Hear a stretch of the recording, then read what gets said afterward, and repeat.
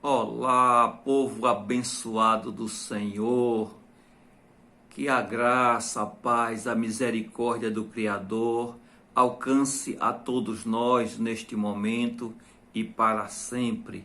Que bom que o Altíssimo, esse Deus maravilhoso, Santo, Santo, Santo, que criou os céus e a terra, nos concede mais um dia para que nós possamos agradecer a Ele por todas as coisas, por sermos criados à imagem e à semelhança dEle, por termos vida e vida com abundância, por termos esperanças de dias melhores, por termos a certeza pela fé que o fim é melhor do que o começo e que principalmente a presença do Todo-Poderoso é conosco. A vocês, minhas irmãs e meus irmãos, e todos aqueles que forem assistir a esse vídeo, o meu desejo é trazer uma palavra hoje de ensinamento, uma palavra simples, porque Jesus não buscava palavras eruditas para pregar para o povo. Jesus pregava de uma maneira simples, mas ele pregava com autoridade, com a unção, com a presença do Espírito do Criador, o Espírito do Pai, e assim quando ele falava, o poder e a glória do Pai se manifestava e tudo acontecia. O desejo do meu coração é pregar desse mesmo jeito, com a simplicidade, mas com o poder do Todo-Poderoso. Dessa feita, nós intentamos no coração de trazer alguns ensinamentos através da palavra do filho pródigo, que está no livro de Lucas, no capítulo 15, a partir do versículo 11. E diz a santa palavra do Senhor, está escrito na minha Bíblia, a partir do versículo 11. E disse, Jesus contando uma parábola: um certo homem tinha 2 filhos, e o mais moço deles disse ao pai: Pai, dá-me a parte da fazenda que me pertence. E ele repartiu por eles a fazenda. E poucos dias depois, o filho mais novo, ajuntando tudo, partiu para uma terra longínqua e ali desperdiçou a sua fazenda, vivendo dissolutamente. E havendo ele gastado tudo, houve naquela terra uma grande fome, e começou a padecer necessidades. E foi, e chegou-se a um dos cidadãos daquela terra, o qual o mandou para os seus campos a apacentar porcos. E desejava encher o seu estômago com as bolotas que os porcos comiam, e ninguém lhe dava nada. E, caindo em si, disse: quantos trabalhadores de meu pai têm abundância de pão, e eu aqui pereço de fome. Levantar-me-ei, irei ter com meu pai, e dir-lhe-ei: Pai, pequei contra o céu e perante ti. Já não sou digno de ser chamado teu filho. Faz-me como um dos teus trabalhadores. E levantando-se foi para o seu pai. E quando ainda estava longe, viu o seu pai e se moveu de íntima compaixão, e correndo, lançou-se ao pescoço e o beijou. E o filho lhe disse: Pai, pequei contra o céu e perante ti, e já não sou digno de ser chamado seu filho. Mas o pai disse aos seus servos: trazei depressa a melhor roupa, e vesti-lhe, e ponde-lhe um anel na mão e sandálias nos pés. E trazei o bezerro cevado, e matai-o, e comamos, e alegremo-nos, porque este meu filho estava morto e reviveu, tinha se perdido e foi achado, e começaram-se a alegrar. Essa parábola é uma parábola bastante conhecida por todos nós. Todos nós já escutamos, certamente, pregações, ou pelo menos falar dessa parábola do filho pródigo. Era um pai que tinha 2 filhos e, num determinado momento da vida do filho mais novo, ele pediu que o pai desse a herança que era cabível a ele segundo o entendimento dele. Nós vamos tirar algumas lições aqui para aplicar nas nossas vidas. E antes de falar sobre essas lições, eu quero falar acerca de como era um pouco a cultura do pessoal daquela época, o povo de Israel. O povo de Israel, ele vivia em família, onde o pai e a mãe geravam filhos e filhas, e eles trabalhavam juntos, todos no mesmo lugar, como se fosse uma empresa que tinha suas normas dirigidas pelo Pai Altíssimo, que tinha suas regras, uma empresa que era gerida pelo Pai, mas que quando chegasse a morte do Pai, já tinha, né, escrito na lei do povo de Israel que quem iria herdar, né, seria o primogênito, que iria assumir a fazenda do pai e ali a ser o próximo administrador. Muito embora todos vivessem em família, todos tivessem direitos, todos vivessem de tudo que eles produzissem, mas o pai era o administrador de todas as coisas, e na morte do pai, aí sim, a herança era, entre aspas, dividida, era dividida se eles quisessem, cada um tinha uma parte, o primogênito tinha uma parte muito maior do que os outros filhos, mas eles poderiam continuar vivendo como família, no mesmo local, só que o direito de assumir a empresa, os negócios, seria dado ao primogênito. E num determinado momento da vida desse irmão mais moço, ele intentou no coração, certamente ele deve ter pensado, eu não quero mais viver sobre a direção do meu pai. Ele pode ter imaginado também, não, esse modelo de vida, de sucessão, para mim eu não acho justo, eu acho que eu tenho o mesmo direito que o meu irmão, que é o primogênito, então eu vou pedir que o meu pai, ele venda e reparta a herança e me dê a parte que for cabível. E foi assim que se procedeu. Foi um exemplo que Jesus estava falando de um pai e dois filhos. E eu quero trazer alguns ensinamentos aqui dessa parábola, porque nós lemos e nós já sabemos pela palavra do Senhor que esse filho, ele saiu e gastou tudo, ele perdeu tudo vivendo dissolutamente. Então eu quero falar nesse vídeo de 3 erros que ele cometeu. Ele cometeu muito mais, mas eu vou tocar somente em 3 erros, 3 quedas e 3 acertos que ele cometeu, para que a gente, se passar por uma circunstância semelhante na nossa vida, a gente possa aplicar isso também, essas lições, para as nossas vidas ou para a nossa família.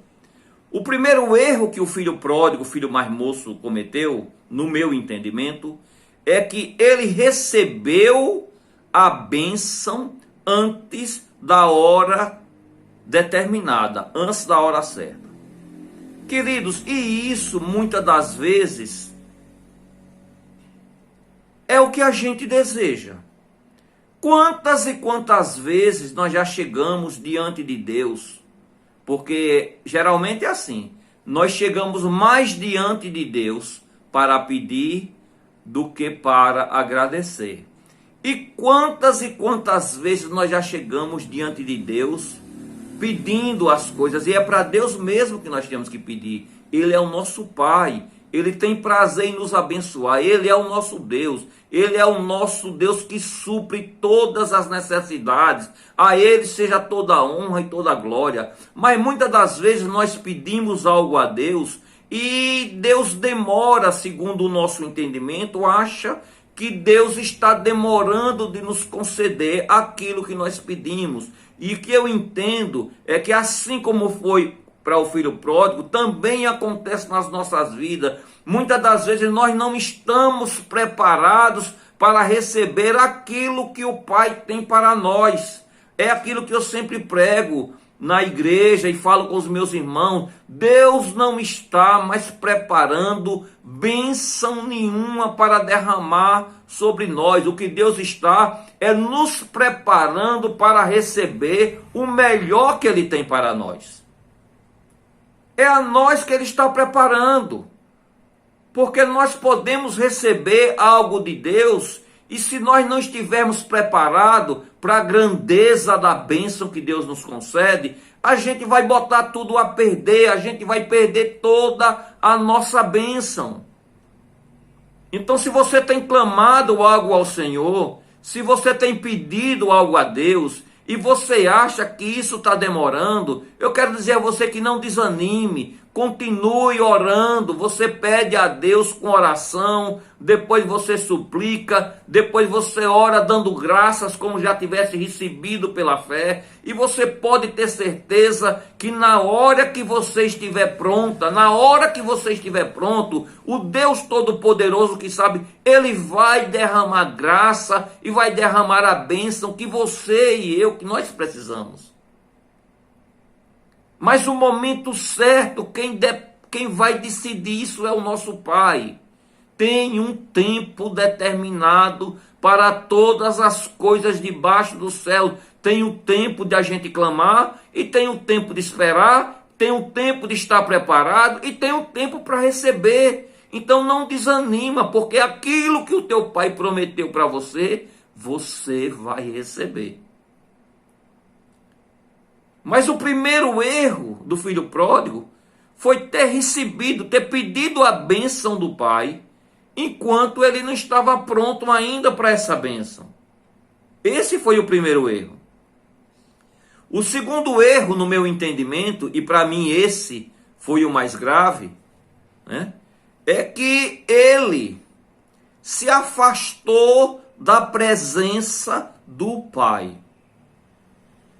E esse é o maior erro que nós cometemos às vezes quando nós somos abençoados. Quantas e quantas vezes nós estamos passando por necessidade, vivendo situações de aperto, tempestades, deserto, de coisas más que vêm para as nossas vidas, e a gente tem clamado a providência do Senhor, a gente tem clamado as bênçãos do Senhor, e quantas vezes quando Deus nos abençoa, a primeira coisa que a gente vai fazer é se afastar da presença dEle. É como a gente estivesse dizendo, não, eu não preciso mais da sua direção, agora eu já estou abençoado, agora eu já estou com a minha bênção na mão, agora eu já estou satisfeito com aquilo que o Senhor me concedeu, como se Deus não tivesse muito mais para dar a cada um de nós. Quantas e quantas vezes nós paramos no meio do caminho, estamos satisfeitos com aquilo que Deus já nos deu, e Deus tem muito mais para cada um de nós. E quantas vezes, quando nós já estamos saciados, estamos satisfeitos, nós nos distanciamos geralmente assim, quando passamos por problemas, quando passamos por prova, passamos por necessidade, nós corremos para a presença do Pai, para a presença daquele que pode resolver todos os nossos problemas. Mas muitos de nós, não são poucos, quando recebe as dádivas divinas, a primeira coisa que faz é, por conta da sua relativa boa vida que está vivendo agora, começa a se afastar aos pouquinhos da presença do Pai, e começa a dirigir a sua própria vida sem a direção do Deus Todo-Poderoso. Esse foi o segundo maior erro. Queridos, a palavra do Senhor, no livro de Jeremias, no capítulo 10, no versículo 23, diz: eu sei, ó Senhor, que não é do homem o seu caminho, nem do homem que caminha o dirigir os seus passos. E é aí onde muita gente erra. Mesmo que você seja abençoado por Deus, mesmo que a bênção que você pediu, ela seja concedida a mim, a você, entrega o teu caminho ao Senhor, confia nele, que ele tem muito mais para fazer por mim, por você. Não saia da direção, não saia do aconchego do Pai. Não saia debaixo da árvore que dá sombra, porque aqueles que habitam no esconderijo do Altíssimo, a sombra do Onipotente descansará. Queira viver abençoado, abastado, mas descansando na providência de Deus, na proteção de Deus, assim como Jó vivia. Então, um dos maiores erros que nós cometemos é quando nós estamos abençoados, ou quando somos abençoados, nos distanciarmos da presença de Deus.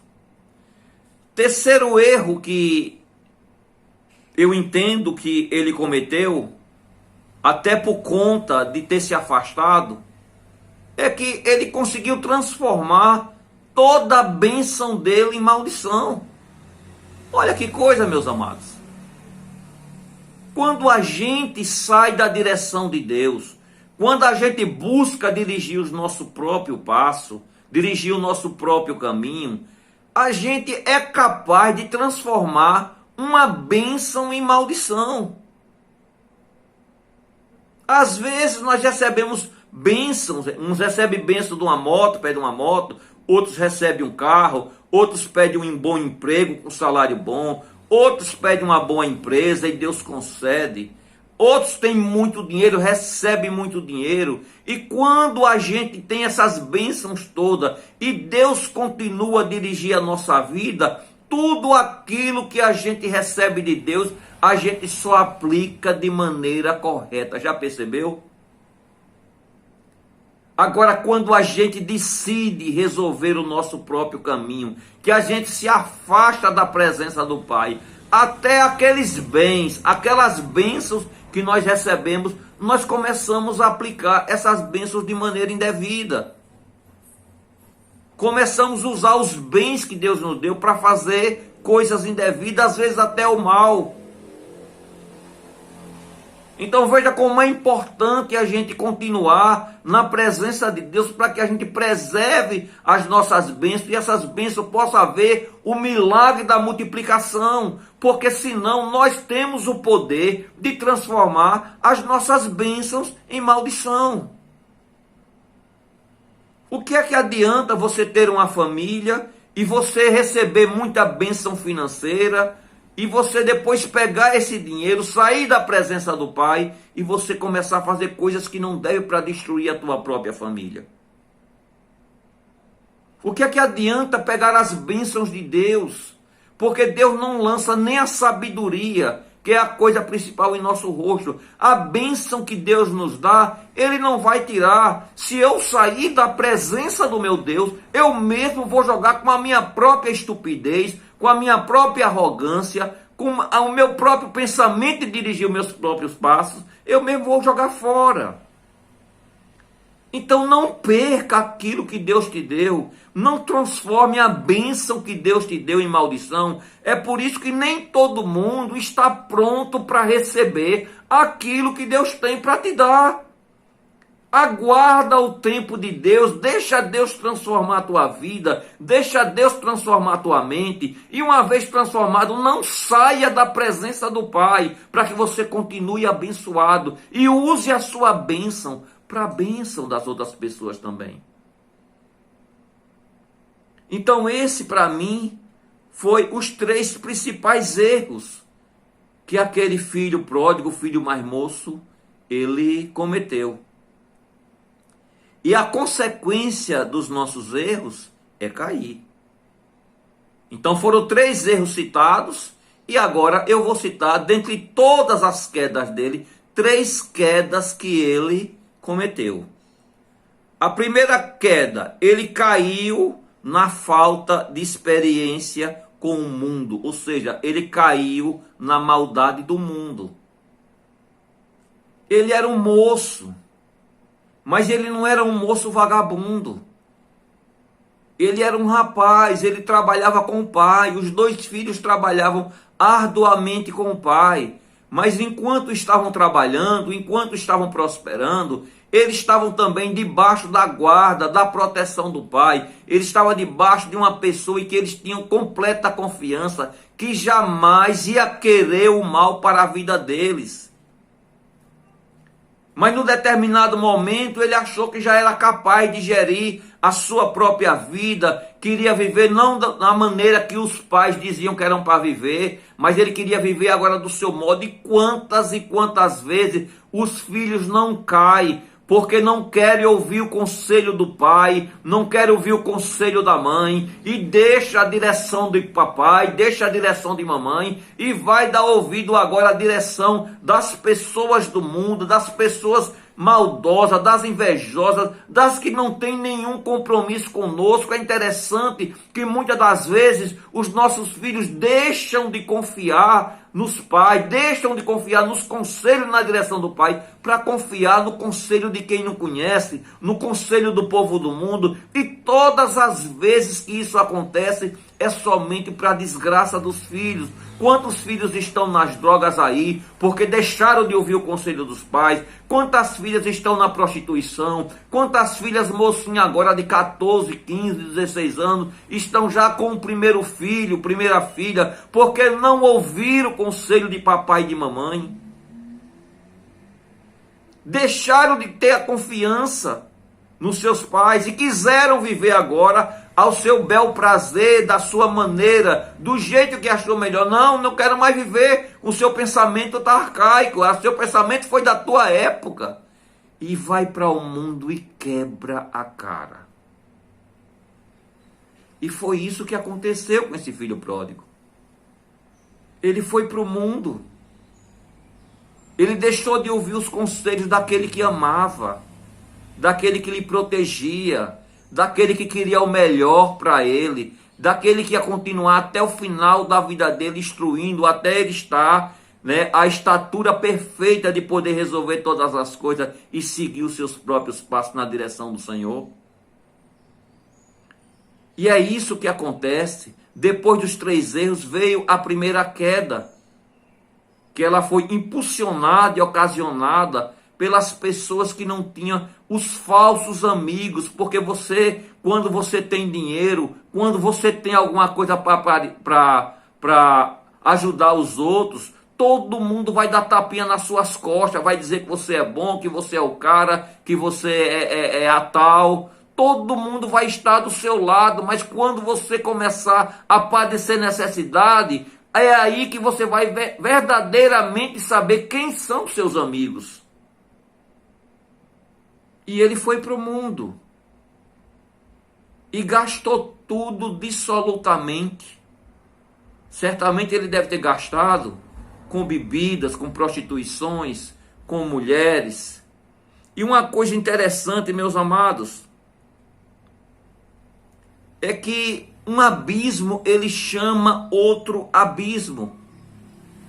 Você já percebeu que quando a gente começa a fazer as coisas erradas e começa as coisas a não dar certo, e quando começa a vir problema, vem sempre um monte de problema, ou um atrás do outro, ou um monte de uma vez. Um abismo chama outro abismo. E foi isso que aconteceu com ele. Depois que ele perdeu tudo dissolutamente, que pegou toda a bênção dele, transformou em maldição para a sua própria vida, e ele caiu no mau conselho das pessoas. A segunda queda que ele teve foi ele cair em fome. E veja que foi numa sequência. A fome chegou depois que ele já tinha perdido tudo, que ele não tinha mais dinheiro para nada, porque é assim que o inimigo das nossas vidas faz. Ele fica esperando o momento certo para casar mal atrás de mal. Na vida desse rapaz foi assim. Depois que ele perdeu todo o prestígio do dinheiro que ele tinha, depois que ele perdeu todo o dinheiro, chegou a fome. Se a fome tivesse chegado enquanto ele tinha dinheiro, não seria problema nenhum. É assim que o maligno faz. Ele vai trazer a coisa para lhe perturbar, para lhe derrubar, para você cair, exatamente quando você não tiver mais nenhuma condição de resolver. E foi assim que ele fez na vida daquele servo, daquele moço, melhor dizendo. Quando ele não tinha mais recursos, quando ele não tinha mais dinheiro, veio a fome. Porque o inimigo, ele só vem para essas coisas, para humilhar, ele vem para roubar a nossa paz, para destruir a nossa família, até chegar a um extremo da pessoa querer se matar. Esse é o plano do maligno, não é o plano do nosso Pai. Então a primeira coisa, ele caiu no conselho do mundo. Ele achou que estava pronto para dirigir a sua própria vida, porque era moço, ele tinha vigor, ele sempre trabalhou, ele nunca foi um preguiçoso. Ele, se eu tiver dinheiro agora, eu vou ser o cara, eu vou gerir a minha vida do jeito que eu quiser. Mas ele ainda não estava pronto para a malícia, para a maldade do mundo. E muitos dos nossos filhos e muitos dos nossos pecam exatamente nesse ponto. Acha que já está pronto para enfrentar as mazelas do mundo. E não estão. Então, depois que ele perdeu tudo, a segunda queda que ele teve foi que ele caiu na fome.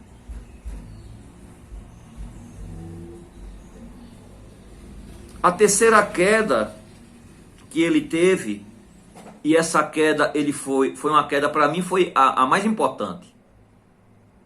Ele caiu no conselho do mundo, ele caiu com o mundo. Depois ele caiu mais ainda, afundou mais ainda, quando chegou a fome, ao ponto de perder condição de patrão, condição de filho, e viver ali como um escravo, como um servo. Até para se alimentar, ele teve que cuidar de porcos e comer das comidas que os porcos comiam. Mas a terceira queda, para mim, foi a queda mais importante. E é essa, meus amados, que eu quero chamar a atenção de todas as pessoas que estão passando por dificuldade ou que possam, em alguma circunstância, cair. Depois dele ter errado 3 vezes e ter caído mais 2, a terceira queda, que foi a mais importante, foi que ele caiu em si. A palavra do Senhor é clara. No versículo 17 diz: e ele caído em si, disse: quantos trabalhadores do meu pai têm abundância de pão, e eu aqui pereço de fome. Queridos, cair em si é extremamente importante. Porque cair em si significa dizer que você reconheceu que você errou. E ninguém muda circunstância nenhuma, nem com relação ao seu interior, nem com relação ao exterior. Ninguém muda de circunstância se simplesmente não reconhecer que está errado. Eu quero dizer que ele não somente entendeu que errou, porque entender é diferente de reconhecer. Eu posso, em minha sã consciência, entender quando estou certo ou entender quando estou errado. Mas simplesmente entender não significa dizer que eu vá mudar alguma coisa, porque ninguém muda de atitude enquanto não reconhece que errou. Enquanto eu não reconhecer que estou doente, mesmo eu estando, eu não vou procurar um médico. Enquanto eu não reconhecer que errei, eu não vou mudar a minha forma de pensar ou mudar de atitude para que eu tome outra direção. Então, essa queda, ela foi a mais importante. Foi ele reconhecer, isso excedeu o entendimento. Ele entendeu que estava errado, mas ele reconheceu que estava errado. Ele reconheceu que precisava de mudar de vida, de mudar de circunstância. E muitas das vezes a gente não consegue o auxílio que a gente quer, porque a gente não reconhece. Quantas e quantas pessoas, quantas e quantas famílias, os filhos, as filhas estão na prostituição ou estão nas drogas? Quantos pais e quantas mães de família têm envidado tantos esforços para tirar um filho ou uma filha das drogas e luta o tempo todo e faz de tudo por aquele filho, por aquela filha e não consegue, por mais esforço que faça, mas não consegue. Por quê? Porque não é simplesmente o filho entender que está num caminho errado, não é simplesmente ele entender que ele está precisando de ajuda, mas ele precisa reconhecer, ou seja, ele precisa querer essa mudança, porque enquanto ele não quiser, os pais vão estar gastando esforço em vão.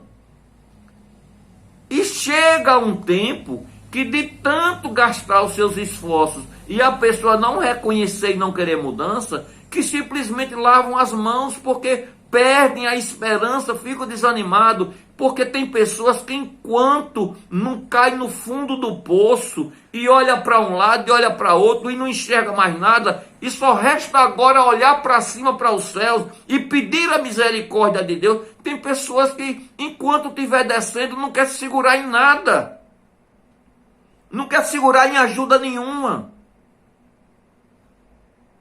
E muitos pais têm gastado os esforços todinho para recuperar, ao ponto de perder a esperança. E o que é pior, às vezes, depois de muito tempo, aquele filho, aí ele reconhece que precisa de mudar, e os pais já não acreditam mais.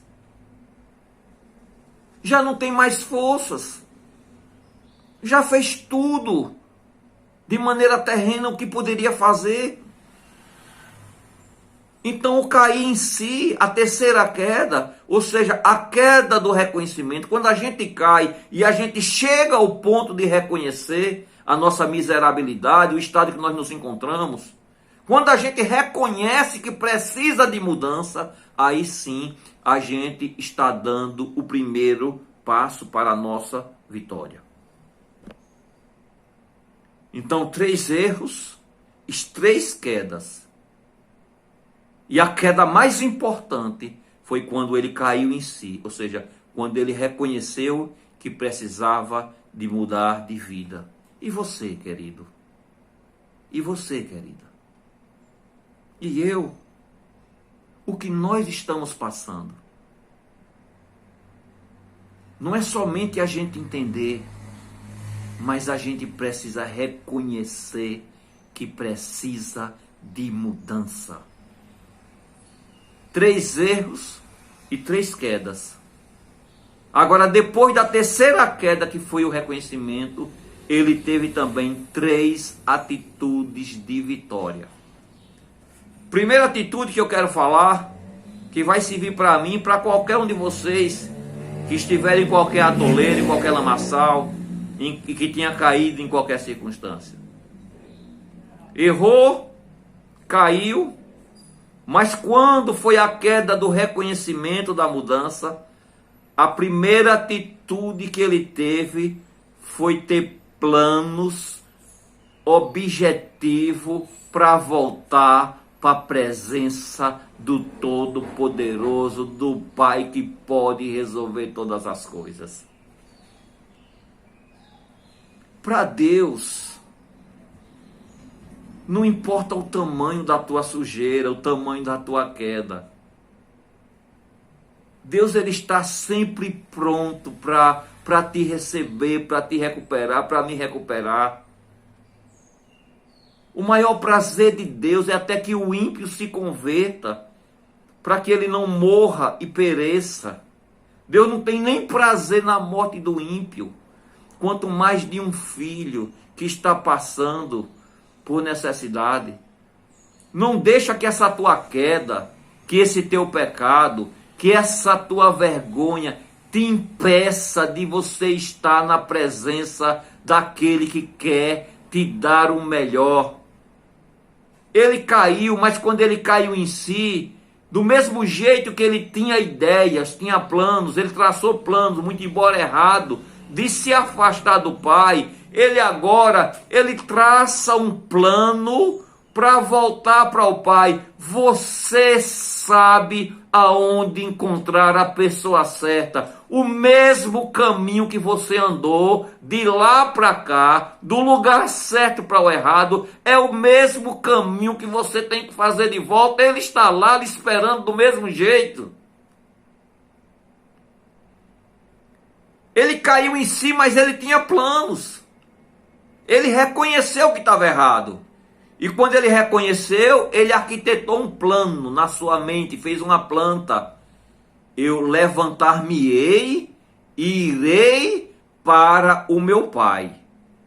E quando eu chegar lá, eu vou dizer: Pai, eu pequei contra os céus, pequei contra ti, já não sou nem digno de se tornar um dos seus filhos. Me faze como um dos teus servos, dos teus escravos. Mas ele sabia o caminho de volta.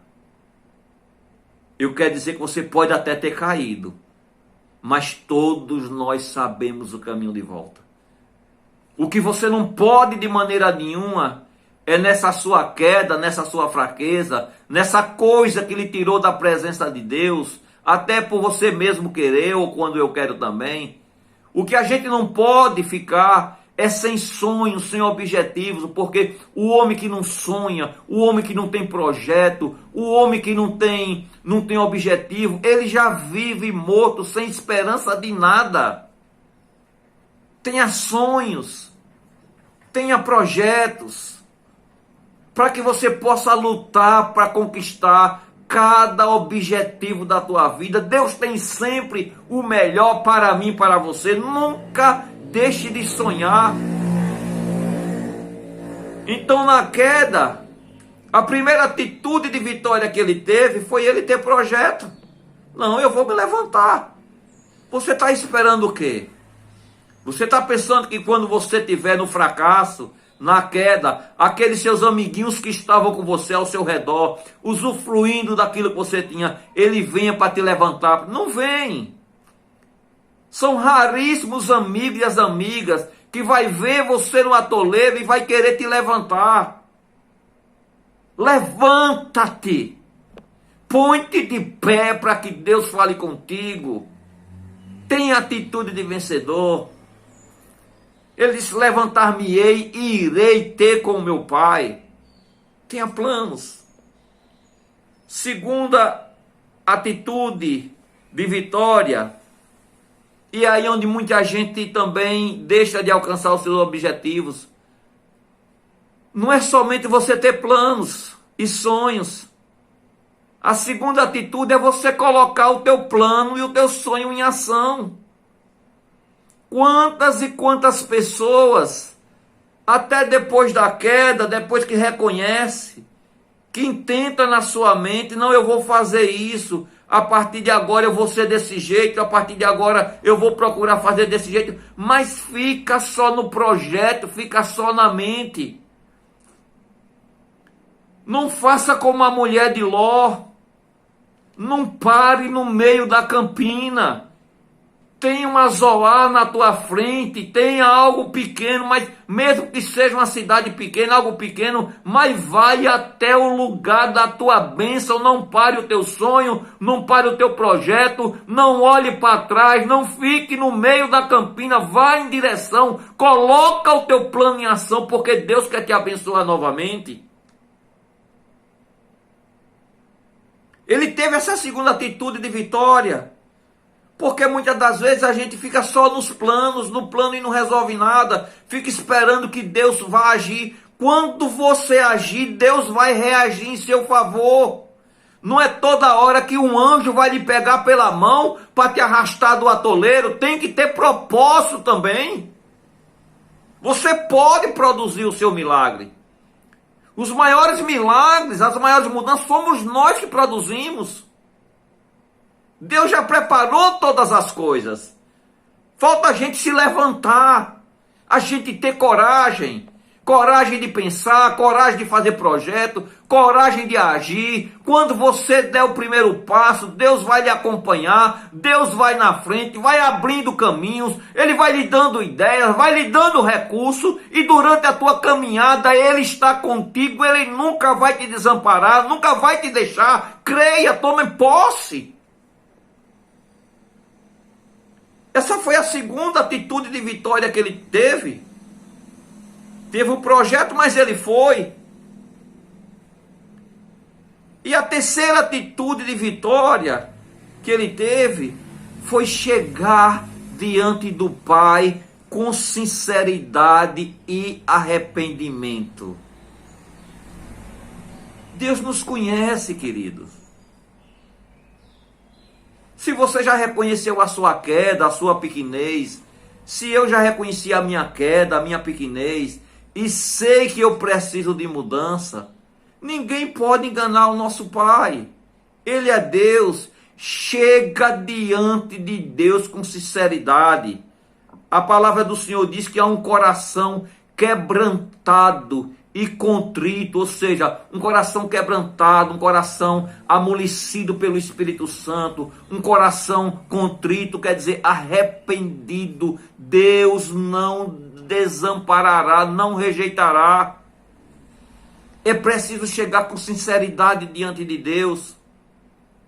É preciso chegar diante de Deus batendo no peito como aquele homem que estava na frente do templo. Meu Deus, eu sou um miserável pecador. Eu não sou digno nem de olhar para os céus. Não sou digno nem de estar na tua presença. Não sou digno nem de entrar no teu templo. E a palavra do Senhor diz: Deus justificou aquele servo, aquele filho. Deus não está preocupado com o tamanho do teu pecado, da tua nódoa, do teu problema. Ele é maior do que todas essas coisas. O prazer de Deus é te abençoar, é te dar o melhor. Então ele teve essas 3 atitudes de vitória.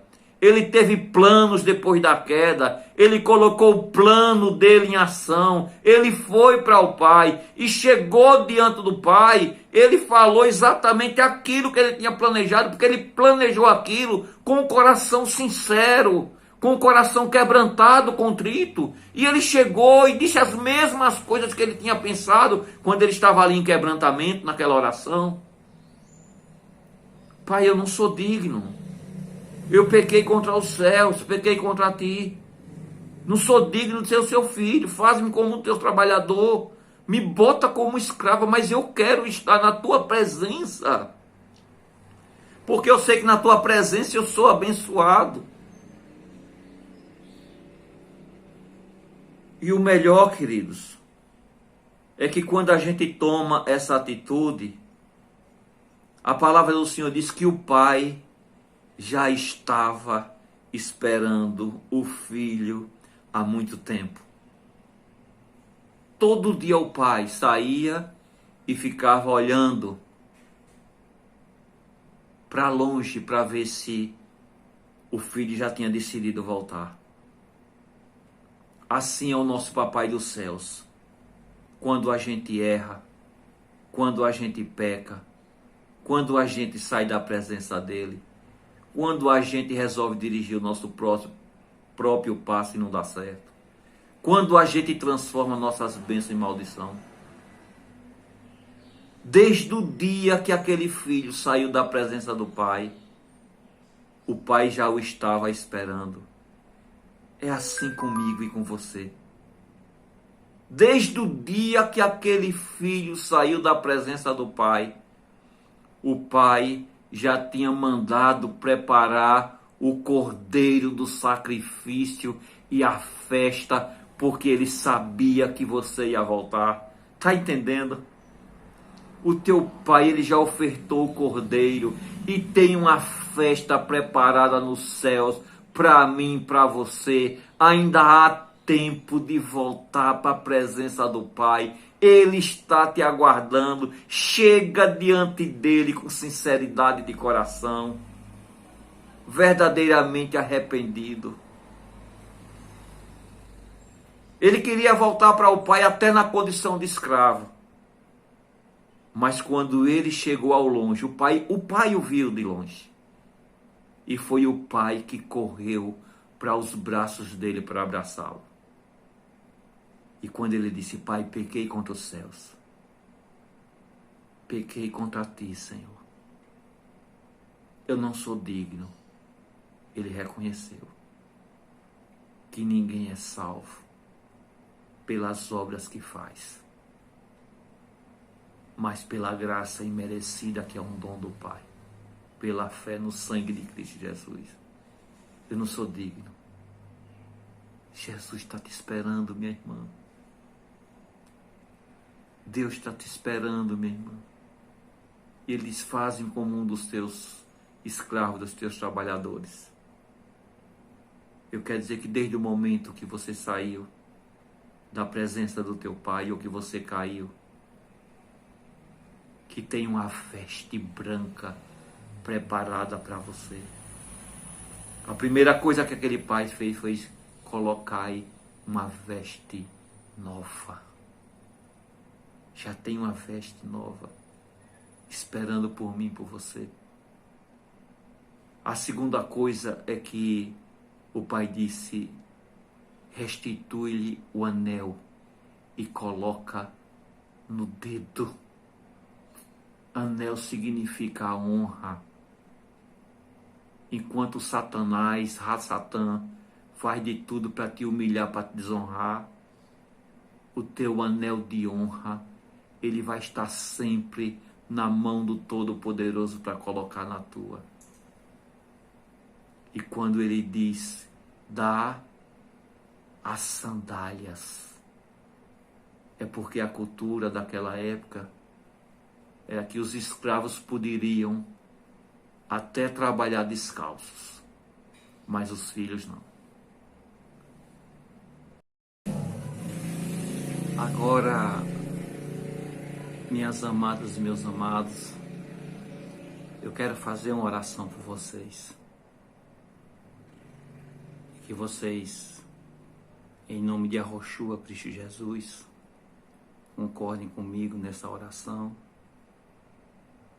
para que o nosso Deus possa nos abençoar e todos nós, naquilo que nós tínhamos que nos acertar com o nosso Pai, com o nosso Criador, que nós tenhamos planos e nos acheguemos a Ele com sinceridade, um coração quebrantado e contrito, sabendo que o Cordeiro já foi preparado, ofertado, a festa no céu já está garantida, as nossas vestes brancas, o nosso anel, cada um com a sua coroa, vestidos de roupas brancas,